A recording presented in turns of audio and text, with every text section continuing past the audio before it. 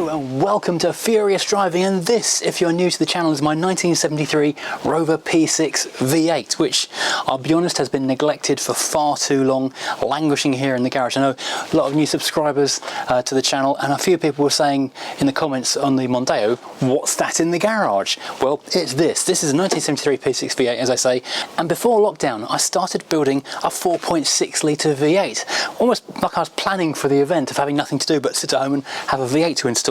That was because the original 3.5 litre was running really unreliably, needed a lot of work, and I decided it'd be cheaper and easier to just drop a 4.6 out of a P38 Range Rover straight into this engine bay with only a few minor changes, top end, bottom end, front end, the easy stuff, to make it go in. However, after a couple of broken bolts needing to go to a machine shop to get them machined out, we wound up completely doing everything. The crankshaft was ground, the heads were skimmed and rebuilt, it's got a fast road cam, Cloy's timing gear, it's a new engine effectively. The only thing wrong with this car is that it won't start, and I don't know why, and that's why it's been sat here for so long, because basically it's been driving me mad. Other friends have looked at it and they couldn't figure it out either, so now I'm down to the last thing of basically compression testing every cylinder.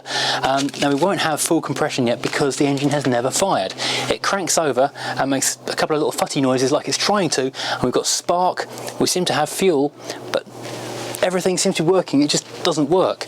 So the only thing I can think of is that because the engine has never fired, we don't have full compression of the rings and it's just blowing by the rings.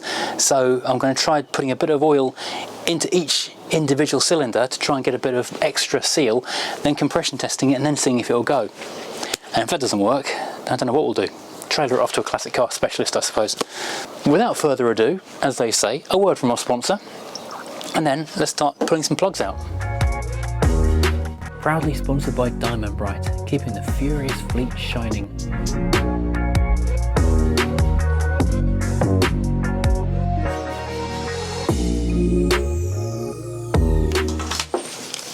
So over the last few months, year almost basically, I have tried everything. I've tried retiming it many times, tried putting the distributor in 180 degrees out in case that was the problem. I've tried different coils, tried different carburetors. Yeah, don't know what the problem is. The fuel is now coming straight from a pipe up here rather than going through the fuel system, just going through the pump, which is confirmed working. So we ruled that out. We're kind of running out of things to change, so don't really know what's going on. It will be a monster when it does finally fire. Now, how am I going to get oil down there? Didn't think this through. Okay, it's actually a little bit later on because I realised I had nothing here in the garage that I could use to squirt oil into the cylinders, so I had to go and buy a squirty oil pump thing. This is now loaded with 1040, so I can squirt that down into the cylinder and get it in there. Don't want to go crazy, but just enough to give it a little bit of a seal around the rings. There we go. Then we go find our compression tester. Let's put that somewhere it won't fall into the engine. We've been there before, haven't we?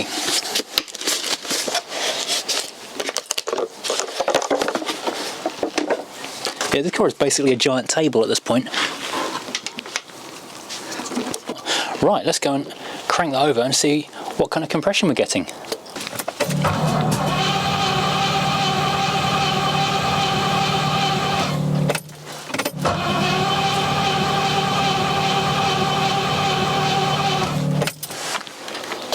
Right, so that seems to have recorded 30. That is absolutely nothing. That's pitiful. Let's give that one more go.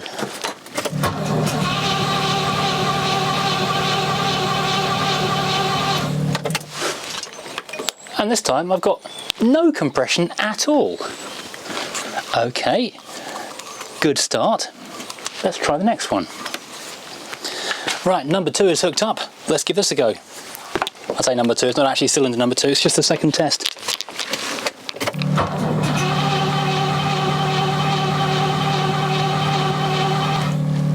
That cannot be correct, I'm getting 0 compression. Although it's kind of strange though, because the first crank or so seems to have a bit of something to it, and then suddenly it goes to like nothing. Really strange. Right, our third one is oiled up and ready to go.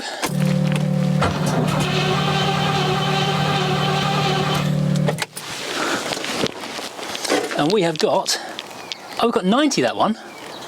That's more like what we should be seeing. So we should be seeing like a good 90 plus on all 8 cylinders, really.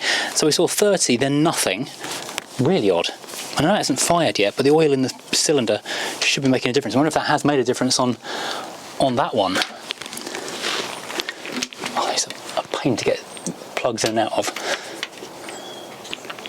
One thing we did last time I was fiddling with this car was change the preload on the valves, because I think there was too much and it wasn't closing enough before. So it did have no compression at all, or very little compression at all, because the preload was too great initially.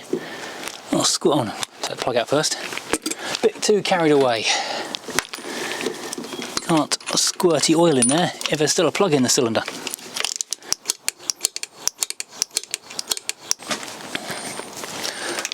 This thing. Okay, 4th time lucky.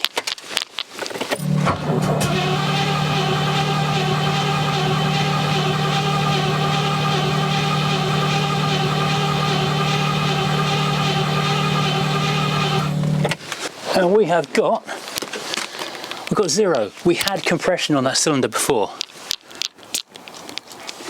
That's really strange. Number 1 was where I was testing it last time I was messing around, and we had more than 0 compression, I'm sure of that.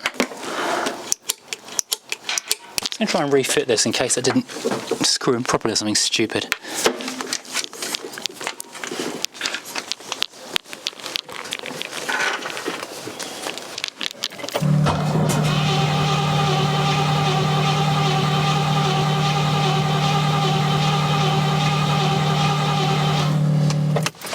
Nothing, but again, you heard that kind of cough, and then it went from sounding like it had compression to sounding like it's got no compression. Really strange. And there's a little tiny hiss when I hit the button then, of something coming out. I don't know why. I'm just going to stick some fuel in it and turn the key, see what happens again. I know it's not going to start, but you know, it's a nice idea. There we go, fuel pump slows down. It does that thing that 2 coughs and then low compression.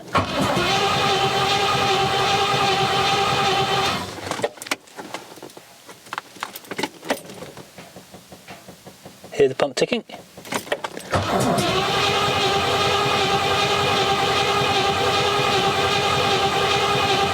not even trying, is it? Not even trying to go. Right, so I am now back to checking why I've got no compression showing up. It does sound like there's no compression, as well as nothing showing on the meter. Let's get this rocker cover off once more and see what we're looking at. Let's get this over to TDC again. Right, okay, so I'm turning it on the crank pulley now, and I can tell you what, it has got a buttload of compression in there. So I'm not sure why it's registering as 0, because I can assure you there is a lot. That feels like much more like the 90 that's saying on the second one along from the front there.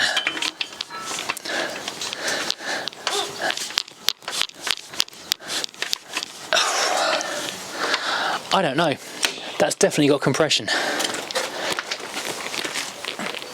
So we've now got the problem that basically I've changed everything, or gone through everything. We've looked at distributor, put new wires on it, new plugs in it, obviously.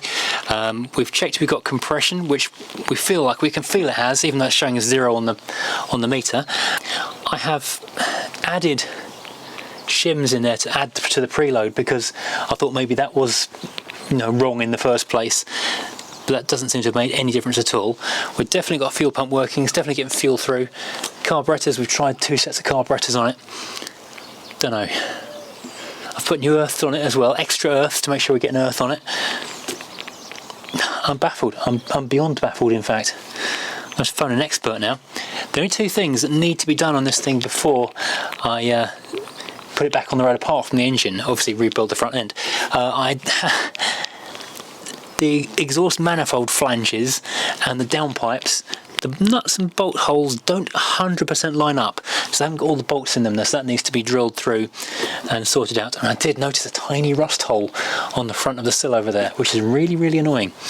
But you know, apart from that, the car is ready to go. If it would just start, I'm going to phone a garage because I'm stumped and annoyed. So that's it. I quit, I'm out, I admit defeat, it's above my pay grade. I don't know what's gone wrong with it. I can't figure it out. So I've booked it in to a classic car garage. I've got a truck booked. Same guy Neil, who moved the Mini over to the barn a couple of weeks ago, is going to come and collect this thing next week and then ship it over someplace else and they can look at it. But I wasn't planning on going underneath this car today, but since it's going to be shipped off somewhere else, I'm going to have to sort out those exhaust manifolds, so I'm going to jack it up, which is something which is no fun to do because P6s are not cars that are good fun to jack up. They're designed specifically not to be jacked up, you might think. The way the suspension sits underneath them makes them really, really hard to do that. So I'm going to get underneath there, I'm going to have to drill out those two flanges and make those things fit. If I can move the car forward on my own, which is not a given because this lip here is quite hard to get car back over again, I will see if I can get out there and weld up that little corner there. And when Mrs. Furious gets home, we'll put the bonnet back on. And it'll be the first time it's wearing a bonnet in quite a while. I'm disappointed in myself that it hasn't worked, but at the same time I just want this car to run, and I know that you guys do as well. So while I've been sitting here talking to the camera, I've just noticed its indicator, or the side light I should say, on the Crown Vic is a fish tank. So I guess the seals have gone on that one. I think I'll be buying a new one of those very shortly indeed.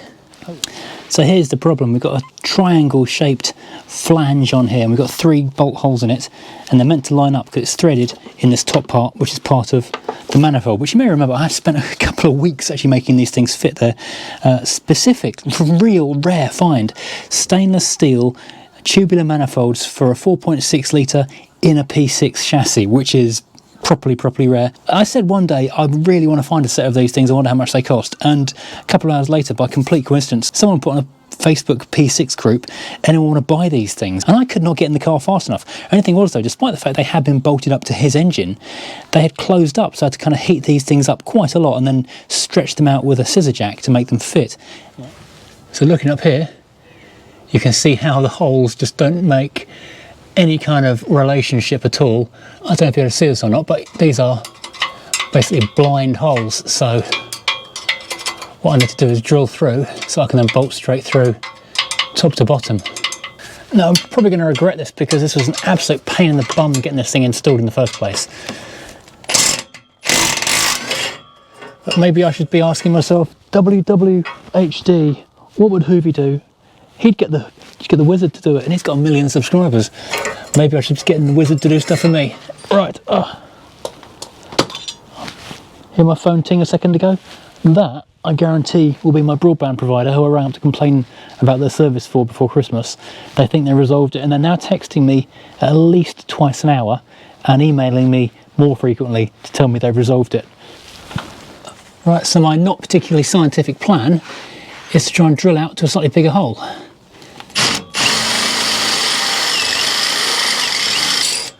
need to get some gloves actually, this is boiling.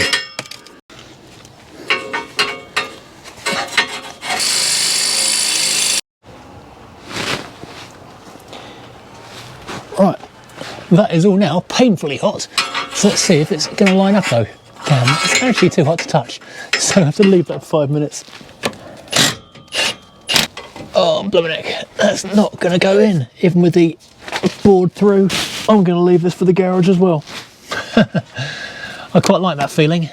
Okay, car, I admit defeat. You win. Okay, so today has not been as glowingly successful as I might have hoped.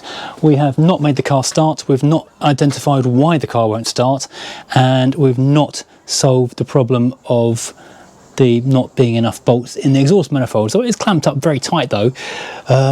What else have we found?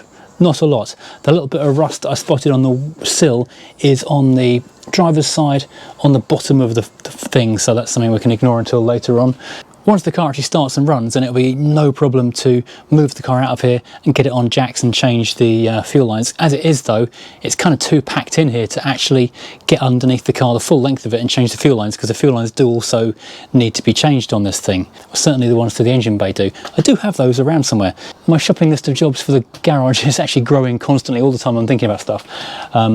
Make the car start, sort out the fuel hose down to the fuel system, sort out those exhaust manifolds, possibly do the welding on the bottom of it because those sill areas are really tricky on P6s. This is the same garage that did the rear quarter on the Rover 2000 a little while ago. They did a beautiful job on that. What else was I going to think of? Oh yeah, the power steering pump. I could not for the life of me make the power steering pump fit back in. So I'll chuck that in the car and see if they can sort that out for me. Yeah, basically their big thing is though, get the garage to make the thing start, because I don't know about you, but I'm frustrated as anything that this car will not run.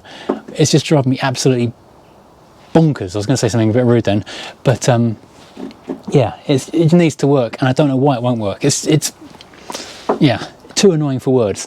But people keep on asking in the comments what's happening with the P6, and the thing is, if you've got a project that beats you down every single time you try and do anything with it, you just lose your motivation to do it, which is why it's been sat in here for so very long doing absolutely nothing, because knowing that I'm going to get out here and fail gives me zero motivation to come out and do anything. It's Schrodinger's broken car. All the time I'm not working on it, it has the potential that it might work. When I come out here and it doesn't work, then I know it's dead. So leaving it and ignoring it has been the policy, but I need to get it done. So CCK Historic, not the cheapest garage around, but they are very good indeed. They know their classic cars inside and out. They will make this thing work, undoubtedly. I'm just hoping it doesn't cost too much, because there is a potential to cost a lot of money. I don't want it to cost a lot of money, but at least we get the opportunity to drive home. I will leave the wings off for the moment because it gives them freer access to work around the engine bay and then get underneath it and around it as they need to. I will put the bonnet back on again because that would be the safest place for it. If I take the bonnet off and try and stand it somewhere, it's almost certainly going to get damaged. But we'll need the car out of the garage in order to do that. And once that's in here, I can actually get the W123 in out of the rain for a little while, and that thing can then have a bit of work done on it in the dry for well, a week or two, or however long it takes them to sort this thing out. So that'll be fun, won't it? Right, okay, rather a depressing video today, rather than the usual happy-go-lucky stuff, but at least we are making progress of it of a sort. Not the usual way I would like to do it, but at least it's kind of progress. But anyway, thank you for watching. If you want to support the channel, please head over to furiousdriving.co.uk, where you'll find all kinds of merchandise, hats, t-shirts, mugs, the fridge magnets, which I absolutely love, stickers, which I haven't put on there yet, key rings, which are cool, and well, I don't know, all kinds of other stuff. Or if you want to help the channel more directly, then sign up as a Patreon or a channel member, and that then feeds directly into getting this kind of thing sent off to garages to get fixed, because it means that I can afford to do it rather than just sticking on a credit card or not affording it at all. So hopefully we'll have this thing on its wheels very soon indeed. Fingers very firmly crossed. Thanks for watching, and I'll see you again soon.